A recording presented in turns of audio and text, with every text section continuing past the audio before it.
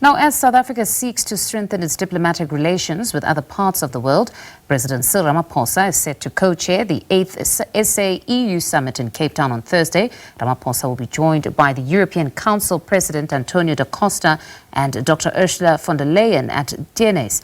The European Union is one of South Africa's strategic partners. For more on this, we're joined by SABC News reporter Khayelihle Khumalo. Good evening, Khayelihle. Just talk to us about the significance, firstly, of this summit between South Africa and the European Union.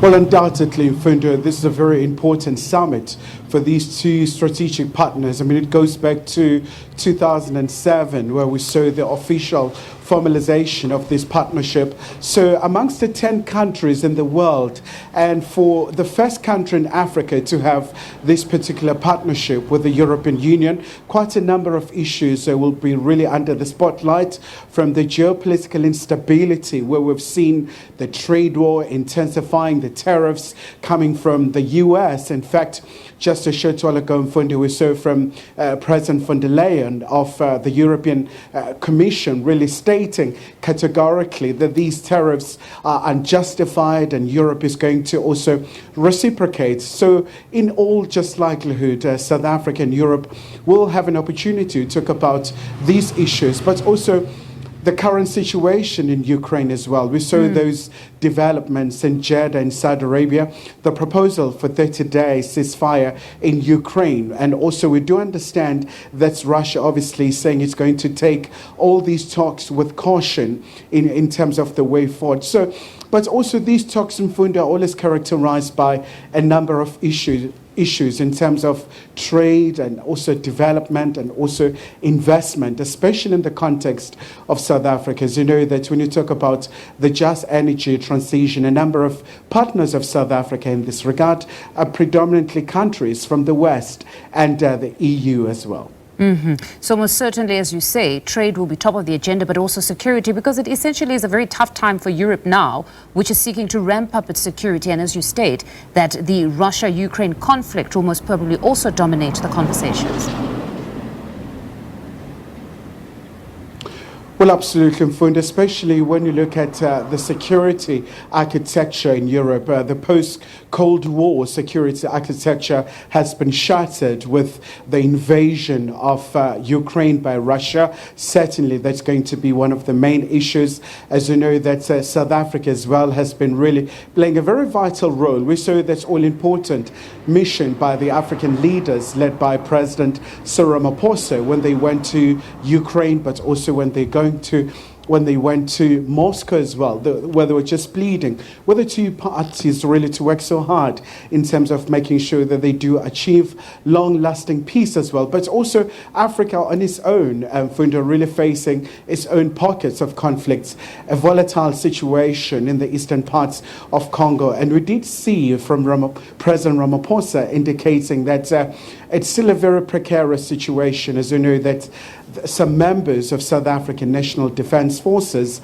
are deployed in Goma and also Sake, and really saying that South Africa is really working hard in terms of making sure that there is a safe passage in terms of rescuing these soldiers. As you know, that's also the SADC leaders will have a virtual session where this issue of security in the DRC will dominate, but also other very general issues. South Africa and EU collaborate in so many aspects, whether you're looking at issues of science and technology, digital economy, but also in terms of the all-important sector of education. As you know, that if South Africa wants to fight poverty and eradicate all sorts of challenges, education plays a very pivotal role in this regard. So EU remains a very formidable partner of South Africa in that regard. But also, apart from that, we do understand that Europe as well will have its own program when you talk about the global gateway investment,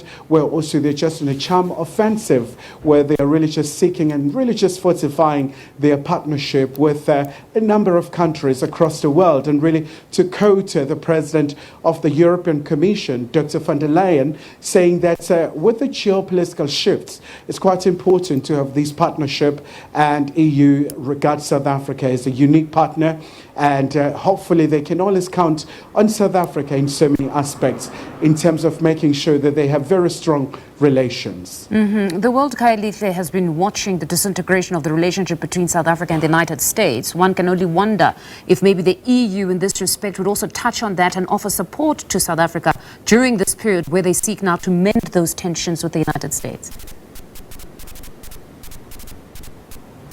Well, absolutely, Mfunda, because if you just look at prior to this particular meeting, we saw the EU foreign policy chief meeting with South Africa's international relations and cooperation minister, Ronald Lamola. So one of the major issues there was around South Africa's G20 presidency, where the EU really just showed unwavering support to South Africa, saying that these priorities, whether you're looking at equality, solidarity and sustainability, but also issues around making sure that we decarbonize the economy of South Africa, but also the cooperation around the raw materials where these two partners are working together. So certainly they will really touch on that, because EU itself is really under immense pressure, especially with the tariffs from the United States of America, once again, where they do understand that these tariffs will have far-reaching impacts in terms of jobs, in terms of livelihoods, but also just generally, by and large, in terms of the economies. And for South Africa, this is a very important moment in terms of intensification of diplomatic relations with other partners, especially as we saw that drastic move where we saw the executive orders from the Trump administration where the aid has been cut off from South Africa, but also just the disinformation, the rhetoric that has been coming from Washington, D.C., but also quite very firm and very strong words by President Ramaphosa, especially to those lobby groups that have been crisscrossing the U.S., talking about South Africa's land reform program, but also calling for a cohesive approach in terms of tackling these internal challenges. So by all means, the EU is going to really talk about these issues, Mfunda, especially because they do understand the context of South Africa, that reform is quite important when you're talking about a very turbulent legacy of exclusion here in South Africa. So they do support South Africa's agenda in terms of dealing with poverty, inequality, but also unemployment, especially in this regard, Mfunda, also with a number of social issues where also we're seeing the US really so much against the issues around equality. Europe and South Africa, they're very much in favor of those issues. Khayelihle, sounds like quite a lot will be discussed at that 8th SAEU summit taking place tomorrow. Thank you very much, as always, Khayelihle, for that reportage. That's SABC News reporter Khayelihle Khumalo speaking to us.